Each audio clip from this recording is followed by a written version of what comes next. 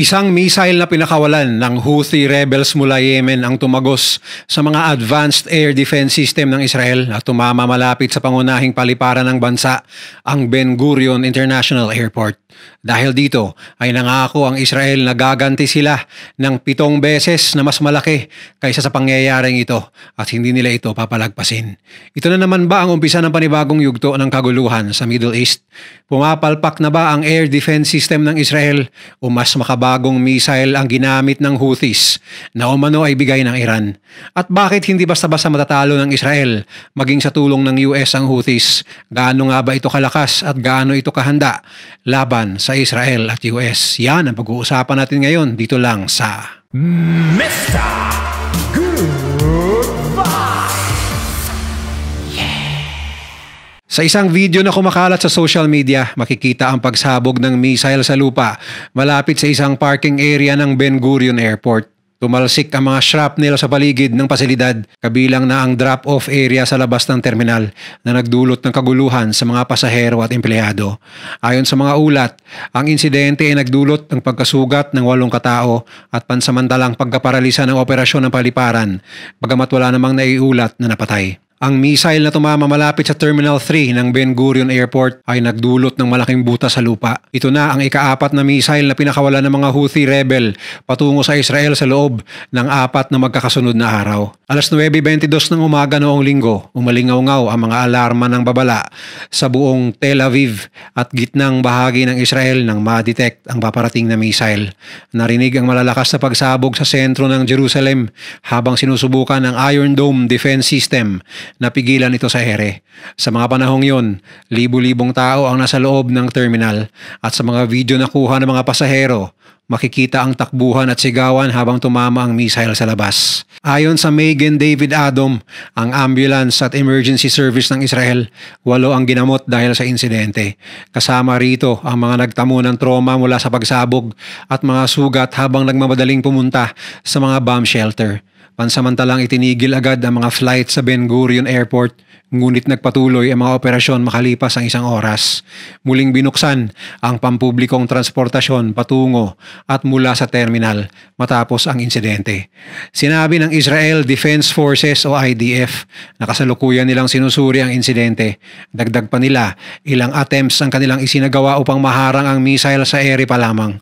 Gayunpaman, ang pagtagos nito sa highly advanced na air defense systems ng Israel ay nagbunsod ng mga tanong ukol sa kakayahan ng Iron Dome sa mga lumalalang pag-atake at mas makabagong missiles na ginagamit ng Houthis. Matatandaang sa mga nakaraang linggo, nag-deploy ang Estados Unidos ng Terminal High Altitude Area Defense o THAAD anti-ballistic missile system sa Israel.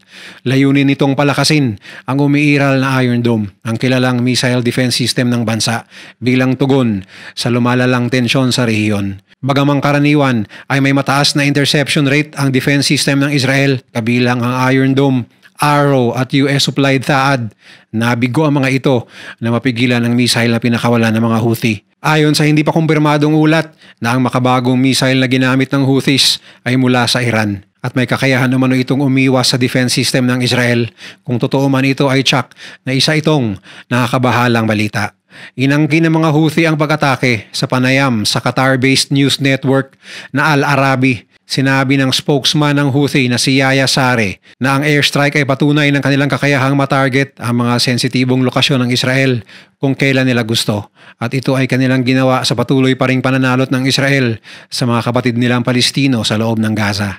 Matapos ang pag-atake, ilang international airlines ang pansamantalang nasuspinde ang mga flight papunta at mula sa Ben Gurion Airport. Bagamat hindi pa malinaw kung pansamantala lamang ang suspensyon, ang insidenteng ito ay nagdulot ng malaking epekto sa airline industry sa rehiyon. Ang ilang airlines na kamakailan lamang ay nagsimulang bumalik sa Tel Aviv ay muli na namang napilitang itigil ang kanilang mga serbisyo dahil sa nasabing missile attack. Bilang sagot, nagbigay ng matinding pahayag si Israel Defense Minister Israel Katz kasunod ng pag-atake. Ayon sa kanya, sino mang mananakit sa amin 7 beses naming gagantihan, na nagpapahiwatig ng posibleng pag-resback ng Israel laban sa Houthis sa mga susunod na linggo. Sa katunayan ay sinimula na ng Israeli Defense Forces o IDF ang pagpapatawag ng libo-libong reservists bilang paghahanda sa mas malawak na operasyon sa Gaza, at isasali na rin nila ang posibleng mas malakihang gulo kontra sa grupong Houthi sa Yemen na ayaw pa rin silang tantanan hanggang ngayon. Panahon na umano na gumawa sila ng mas malaking aksyon laban sa grupo, kaya asahan natin na mas lalala pa ang palitan ng pag-atake sa dalawang panig sa mga darating na araw, ayon sa mga Middle East expert na naniniwala na hindi ito papalagpasin ng Israel. Bilang patunay na seryoso ang Israel sa kanilang banta ay nag-conduct na agad ito ng pambobomba sa Hudaida port nitong May 5, mahigit 24 oras matapos ang pananarget ng Houthis. Ayon sa IDF, ang daungang ito ay major source of income ng Houthis at dito umano dumadaan ang mga armas na supply ng Iran. Tinarget din nila ang isang factory na pagmamayari ng Houthis sa isang bahagi ng Yemen, at ayon kay Israeli Prime Minister Benjamin Netanyahu, asahan ng Houthis na titindi pa ang kanilang opensiba sa mga darating na araw. Samantala, patuloy pa rin na pinaiigting ng Estados Unidos ang kanilang kampanya laban sa mga Houthi sa Yemen sa pamamagitan ng malawakang airstrikes at naval operations. Layunin ng mga hakbanging ito na buwagin ang kakayahan ng mga Houthi na magsagawa ng pag-atake sa mga commercial ship na naglalayag sa Red Sea. Maalalang noong March 15, 2025, inilungsad ng US ang Operation Rough Rider, ang pinakamalaking kampanya militar nito sa gitnang silangan sa ilalim ng ikalawang termino ni Pangulong Donald Trump. Target ng airstrikes ang mga pasilidad ng Houthis tulad ng radar network, air defense systems at mga launch site ng ballistic missiles at drones na ginagamit ng mga Houthi sa kanilang pag-atake sa mga barko sa Red Sea maging sa Israel. Kabilang sa mga tinamaan ay ang Ras Isa Oil Terminal na nagdulot ng malaking pagkapilay sa grupo dahil dito sila kumukuha ng langis para sa kanilang military operations. Ang masaklap nga lang inadamay ang ilang sibilyang manggagawa at paramedics na nasa lugar. At dahil sa missile attack ng Houthi sa Ben Gurion Airport, nagbabala si Pangulong Trump na gagamit ng overwhelming lethal force ang Amerika hanggang sa tumigil ang mga Houthi sa kanilang pag-aatake. Itinuturing din ng US na may pananagutan ng Iran sa mga aksyon ng mga Houthi at nagbanta ng mga karagdagang hakbang laban sa naturang bansa. Ayon sa Houthi-run Health Ministry, mahigit 50 katao ang nasawi at halos 100 ang nasugatan sa mga airstrike ng US nitong nakaraang linggo. Kabilang sa mga biktima, ang mga kababaihan at bata. Nagbabala ang mga International Human Rights Organization na labag na sa karapatang pantao ng mga sibilyan ng Yemen ang patuloy na pag-atake ng US dahil ang mga ito ay nadadamay at ito umano ay maaaring magpapalala na naman sa humanitarian crisis sa Yemen na dati ng problema ng bansa. Ngunit bakit nga ba hindi pa rin natitibag ang Houthis sa kabila ng ilang beses na pambobomba ng US, Israel at maging ng France at UK sa kanila? Bakit mas matinding hamon sa Israel ang grupong ito kumpara sa Hamas at Hezbollah? Sa gitna ng patuloy na tensyon sa gitnang silangan, ang Houthi movement ng Yemen ay unti-unting nagiging isang makapangyarihang banta na mas higit pa sa Hamas at Hezbollah. Ang kanilang kakayahang lumaban, stratehikong posisyon at matibay na suporta mula sa Iran ang ilan lamang sa mga dahilan kung bakit mas mahirap silang labanan at supilin. Ang Houthi o Ansar Allah ay isang grupong Saudi Shia na nakabase sa hilagang Yemen. Mula sa kanilang pinagmulan bilang lokal na kilusan noong 1990s, lumago sila upang maging isa sa pinakamakapangyarihang grupo sa rehiyon. Sa kabila ng madugong digmaan sa Yemen mula 2015, nagawa ng Houthi na palakasin ang kanilang kontrol sa kabisera ng Sanaa at sa iba pang bahagi ng bansa. Pero ano talaga ang mga dahilan bakit mas mahirap silang kalaban kumpara sa Hamas at Hezbollah? Una ay ang kanilang lokasyon. Ang lokasyon ng Yemen ay nagbibigay ng stratehikong kalamangan sa mga Houthi. Malayo ito sa Israel kumpara sa Beirut kung saan nandun ang kuta ng Hezbollah at ang Gaza naman sa Hamas na pawang kapitbahay lamang ng Israel. Sa paghahambing, ang Hamas ay limitado sa Gaza Strip at pangunahing umaasa sa underground tunnels at rocket attacks. Samantalang ang Hezbollah, bagamat malakas, ay nakasentro lamang sa Lebanon at kalapit na rehiyon. Pero ang Houthis ay may malawakang kakayahan sa teknolohiya at sandata. Naging dalubhasa sila sa paggawa at paggamit ng advanced weapons mula sa long-range missiles hanggang sa precision-guided drones na ipinakita sa kanilang ilang beses na pag-atake sa Israel at mga commercial vessels sa Red Sea. Pinaniniwalaang ang mga kakayahang ito ay nagmula sa tulong ng Iran na nagbibigay sa kanila ng stockpile ng daang libong armas sa paglipas ng panahon at sapat na training. Kaya kahit ilang beses nang binomba ang kanilang mga weapons depot at paggawaan ng armas ay tila hindi man lang humina ang kanilang kapasidad na umatake. Bagamat may kakayahang gumamit ng rocket at drones ang Hezbollah at Hamas, mas matataas ang antas ng inobasyon at stratehiya ng Houthi sa paggamit ng kanilang mga armas. Isa pang factor na nakadagdag sa kanilang lakas ay ang tatag ng kanilang sinusulong na ideolohiya at lokal na patriotismo. Ang Houthi ay may malalim na ideolohikal na pundasyon na nakaugat sa Zaidi Shia Islam at lokal na suporta ng mga mamamayan. Sa kabila ng tulong ng Iran na nanatiling nakatuon ang Houthi sa kanilang adhikain na protektahan ang Yemen mula sa dayuhang impluensya at ang konseptong ito ay bumenta sa maraming mamamayan kaya suportado sila ng mga ito. At ang pinakamabigat na dahilan ng kanilang tatag ay ang suporta ng Iran. Ang Iran, ang pangunahing supporter ng Houthi sa pagpapadala ng pondo, sandata at training sa mga tauhan nito. Gumagamit ang Iran ng mga clandestine o sekretong operasyon upang makapagpadala ng ballistic missiles, drones at advanced na teknolohiya sa Yemen.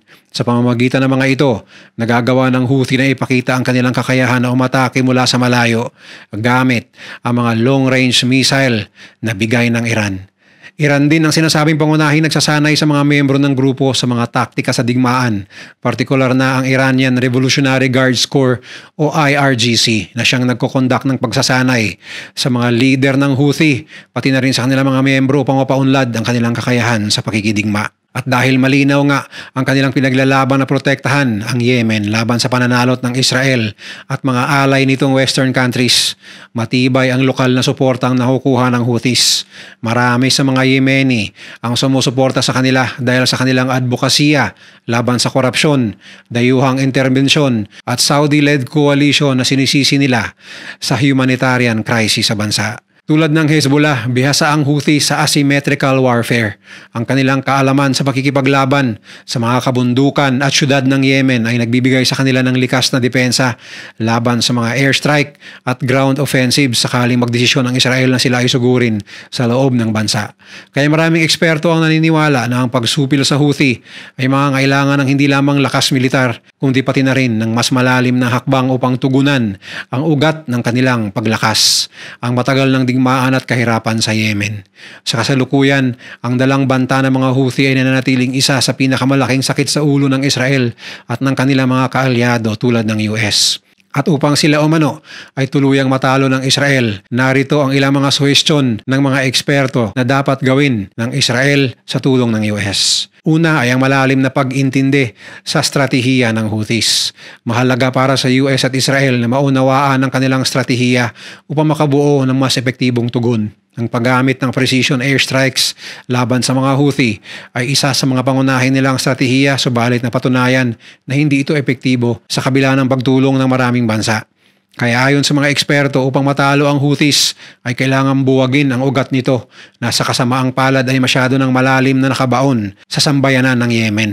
Sa makatuwid, isa sa paraang nakikita ng mga eksperto ay ang isa-isang pagligpit sa mga founder at leader ng grupo at ang pakikipag-alyansa sa mga mamamayan at leader ng Yemen na salungat sa paghahari-harian ng Houthis.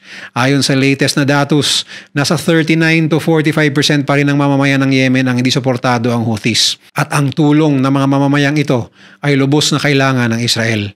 Ang pagtatayo ng isang koalisyon na binubuo ng mga bansa sa gitnang silangan tulad ng Saudi Arabia at United Arab Emirates ay makakatulong din sa pagpapalakas ng stratehiya laban sa Houthis. Isa sa mga epektibong stratehiya na naisip ng mga eksperto ay ang paggamit ng cyber operations upang pigilan ang kanilang komunikasyon at logistics. Ang Israel ay kilala na sa advanced cyber capabilities nito, kaya hindi na bago sa Israel ang ganitong stratehiya. Higit sa lahat ay mahalagang kontrolin ang supply lines ng Houthis mula sa Iran. Maaaring gamitin ng US Navy ang mga operasyon sa dagat upang mapigilan ang pagpasok ng armas sa Yemen mula Iran. At ang pagkakaroon ng naval blockade ay isa ring opsyon na maaaring isalang-alang ng Israel. Ngunit sa kabila nito ay meron ding posibleng mga hamon ang mga stratehiyang ito. Una ay ang humanitarian concern. Ang Yemen ay nakakaranas na ng pinakamalalang humanitarian crisis sa mundo. Kaya ang anumang operasyon ay kailangang isagawa ng may pagsaalang-alang sa buhay ng mga sibilyan. Ang maling hakbang ay maaaring magresulta sa mas malaking galit mula sa internasyonal na komunidad.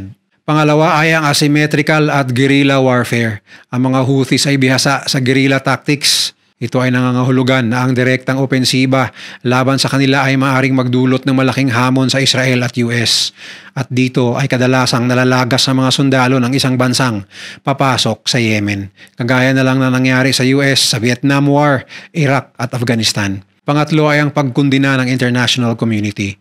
Ang operasyon laban sa Houthis ay maaaring magdulot ng napakalaking casualties lalo na sa mga sibilyan at tulad ng sitwasyon ng Israel sa Gaza, tila magiging bangungot na naman para sa Israel ang masamang epekto ng gera sa mga sibilyan ng Yemen. Ang teknolohiya ay magiging mahalagang kasangkapan sa anumang operasyon laban sa Houthis. Ang paggamit ng advanced drones, surveillance systems at artificial intelligence ay maaaring magbigay ng strategic advantage sa US at Israel.